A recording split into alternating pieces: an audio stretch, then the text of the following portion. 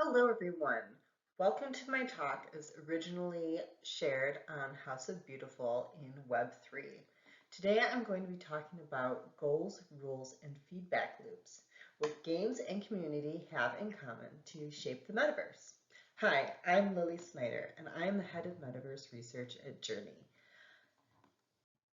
All right, so what inspired this talk was in my work at Journey, where I research the metaverse and Web3. I look at technology and what brands are doing and what the future of the metaverse wants to be since it's being built as we speak. I come across what we've done in the past with technology and how to put that towards the future. So one of the foundations of the metaverse are games, especially video games. And the other pillar of the metaverse is community. You'll hear a lot about community in Web3. And since community and games are two pillars of the metaverse, it made me think, well, what actually makes a game a game? And how do you make community? What makes community a community? So I started to research the two, and in doing so, I found that both have similar characteristics. That is what we'll talk about today. All right, go on to the next slide. All right, so why listen to me? Well, I've been in the VR AR metaverse space since 2016, wherein I co-founded a virtual reality startup. Before that, I implemented software for manufacturing plants, and doing so worked as a business analyst where I learned the skills of figuring out what a technology needed it to do versus what it was capable of and what the business expected of it. And also, I drink coffee and I know things. And by that, I mean that I read. All right, so with that said, let's get into games, the cornerstone of the metaverse. And it makes sense because video games are that virtual world that a lot of people think about as the metaverse. In a video game, you're a character. You can run around and do anything that's coded into the game. If you're part of video games like Skyrim or World of Warcraft, you're part of an ever-expanding realm where you can just keep going and exploring and meeting new people and do new things and find new challenges. So that is a lot of what we think about as the metaverse, especially if you've watched movies like Ready Player One, where players can go to different worlds and do different things on those worlds and collect coins and upgrade their stuff. All right. But we need to first understand what makes a game a game. So the first games had, well, let me back up. So each game has goals, rules, and feedback loops. In the beginning, games were conducted by first you learn what's the goal of the game. Then you're taught the rules of how to play. And then during that play, you'll get feedback where you actually learn how to play the game. So, for example, if you can remember the first card game that you learned, or maybe playing a board game like Monopoly or Scrabble, I remember my parents teaching me, this is the game we're going to play, the goal, what? And then I had to learn the rules. And then, but only in actually playing the game did I learn the real rules. So let's take an example of Mario, and these are screenshots from the Game Boy. So when video games started, the goals, rules, and feedback systems got flipped around. Suddenly, you didn't need to explain what the game was or why to play or the rules of it.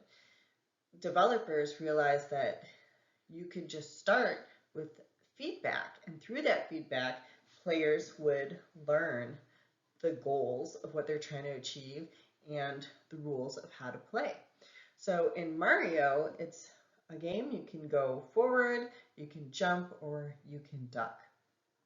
You're thrown into it, you just have to go. And you immediately start getting feedback from the game. If you get hit by the little gremlins, then you die.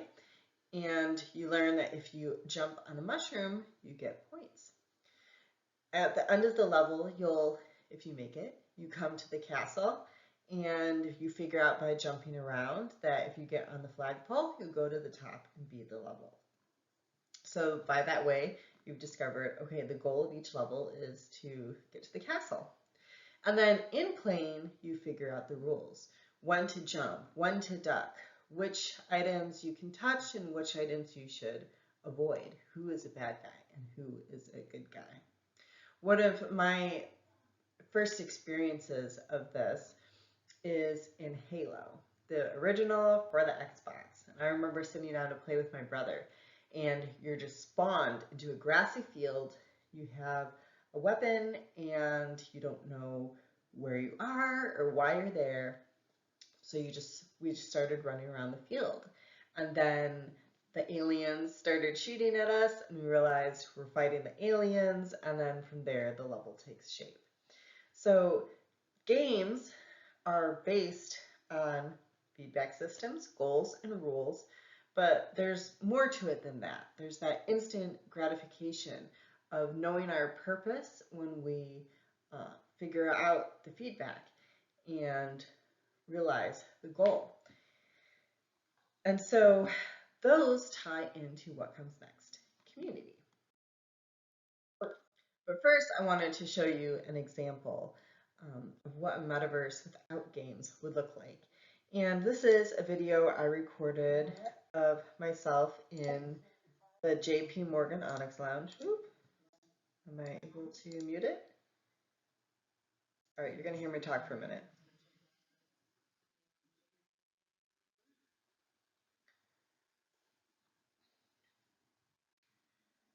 All right. Okay. Apparently, you can't mute the video of my own voice talking in this PowerPoint. But as we go through this, I want you to think about what's the feedback? What feedback do we get?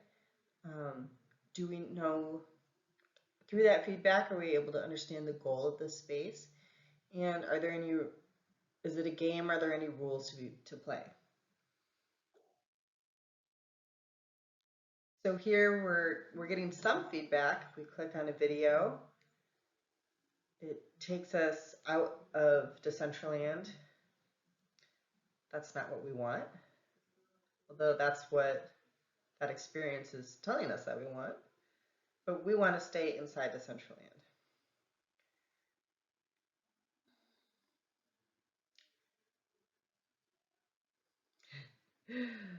Sorry, this is pretty painful to watch, even though I recorded it myself. So a lot of people were excited about the tiger, if you saw that, but it doesn't do anything. We don't get any feedback from the tiger. All right, I'm going to pause this because it's painful. So what we see here, this is the JP Morgan Chase Lounge launched in Decentraland, and it got a lot of hype. It was the first bank to open in the metaverse, but it didn't have anything going for it because it missed out on one of the key pillars of a great metaverse experience, and that is the game.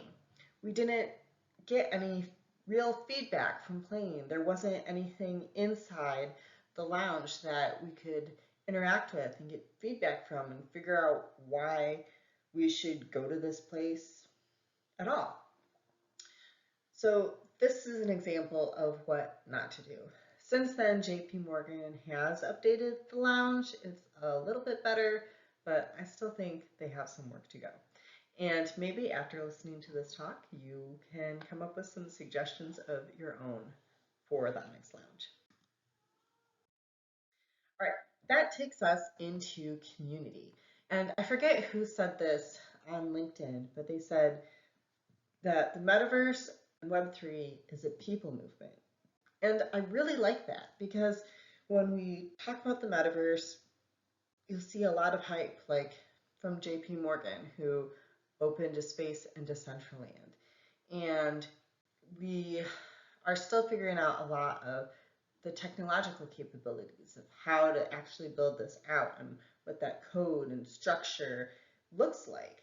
But unless we understand the why of doing this, the why behind building a Web3, then whatever we build, it might not actually fit. So when I was the business analyst for manufacturing execution systems, the first thing we did was understand the current process. What was the current way that engineers were working in the plant and operators were working on the line? What was done with paper and what was done on the computer? And from that, we then asked not how to simply turn the paper process into a computer process, a systems process, but what actually needs to change? What about the line? What about the way of building something do they want to do differently? And from that, you can build the new to-be software. And I think that's why we need to understand community, why we need to understand people, because without it, then we're building a Web3 that's just based on something that people might not want. All right, so what is community? And I came up with this after reading Mastering Community by Christine Porth. And in her book, she talks a lot about how companies use their employee communities to change their culture or to reach some kind of company goal or to help customers better. And she describes community as feedback loops, goals, and tools. And I thought this is so similar to games. Remember, games have goals, rules, and feedback loops, and so do communities. Communities are a group of people who come together around a common goal or belief system. And through this goal is refined through feedback, through data and tools they use, until what Porth in Mastering Community describes as the community being unleashed into using their minds and their collective power to come up with a solution or the end result to meet their goal. So here's a Web3 example, is women and weapons. I came across this community and I had to get one of their NFTs because I just love it. Women and weapons. I like martial arts, so I had to get involved. And Women and Weapons' belief and goal is to bring people into Web3, make people feel like they can be creators and understand the space. So the creator, Sparky, is what she calls herself, developed NFTs as a way to meet this goal. And this community, I found, has many feedback loops through like traditional social media. They collect data through the OpenSea NFTs. So this is a way for the Women and Weapons community and the Sparky herself to see which NFTs are being bought, how many people through those NFTs are active members of the community, and there is a value put on that community by who's taking part in the NFTs. And then there's tools like Discord where the community can come together, where people can verify their NFTs to take part in the Discord. And this is an image of myself when I joined.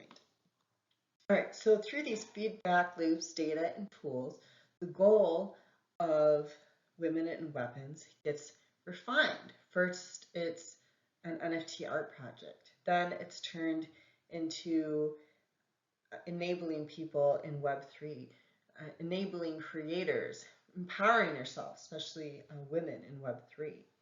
And here's where I really like Women in Weapons because Sparky, empowers you to be unleashed with your NFT. When you buy one, you get full creative rights, and you are encouraged to create with it. Use your artwork to on your products or create a web series or do something with it. You don't just have to hold on to it, but you can build with it. And you can do that by using the backstories and stats and your women and weapons. All right, so now putting that all together, I have to start with this quote from Jane McGonigal in her book, Reality is Broken. She wrote it in 2011 when social media was just really becoming popular and way before the metaverse. But I have to read this quote because I believe it really is this Web3 metaverse, that goal that we should be aiming for. She wrote, "What a boost to global net happiness it would be if we could positively activate the minds and bodies of hundreds of millions of people by offering them better hard work. We could offer them challenging, customizable mission and tasks to do alone or with friends and family, whenever and wherever. We could provide them with the vivid, real-time reports of the progress they're making and a clear view of the impact they're having on the world around them." I love this quote because I think it's a great representation of kind of the women in weapons community, and Jane McGonigal uses games as a way to offer hard work and to view impacts they're having on the world. Okay, so let's review. So Web3 is about decentralization. It's about bringing power and creativity back to creators, to individual people, where we're no longer stuck on these siloed platforms where you're on Twitter or you're on YouTube and you have to be bound to their community standards and rules. Web3 is about co-creation and collaboration. It's about ownership. So when we create something digitally, we should be able to own it, to say, yes, we made that and it's mine. When we make a piece of art or when we make something in the physical world, that's tangible. But we put that same kind of creativity into digital things. All right, so games, I love how Jane McGonigal described gamers as people who volunteer to solve problems. Because what is a game if not a problem to be solved? A fun one, though. Games create visible results, and they're based on goals, rules, and feedback loops in some kind of order. Community are people who come together for a common cause, and successful communities are unleashed. They're decentralized and self-forming. And communities are based on goals, feedback systems, and tools. So you can see how these all come together to create a different kind of internet. All right, so in summary, I don't have all the answers. All I can do is point out what I recognize between what makes a game and what makes a community, and how we can use these together to create a Web3 that we actually want to be a part of. So whether you're interested in building like a metaverse activation for your brand, or you go to use someone's or NFT or buy into an NFT, think about, does it meet the standards that we're aiming for? Is it community focused? Is it about ownership? Is it a decentralized experience? Or am I going to get stuck into this same old single platform based thing? And now when you have the tools to think about, to analyze a Web3 or metaverse experience, hopefully it's not scary anymore and you're empowered to make a good decision about it. And with that, when you go to build your own, you can create it in a way that us in the Web3 community can be proud of. Again, I'm Lily Snyder. You can visit me at liliotron.blog, or I'm on Twitter and LinkedIn. Thank you so much for listening to my talk, and hopefully I will see you in the metaverse.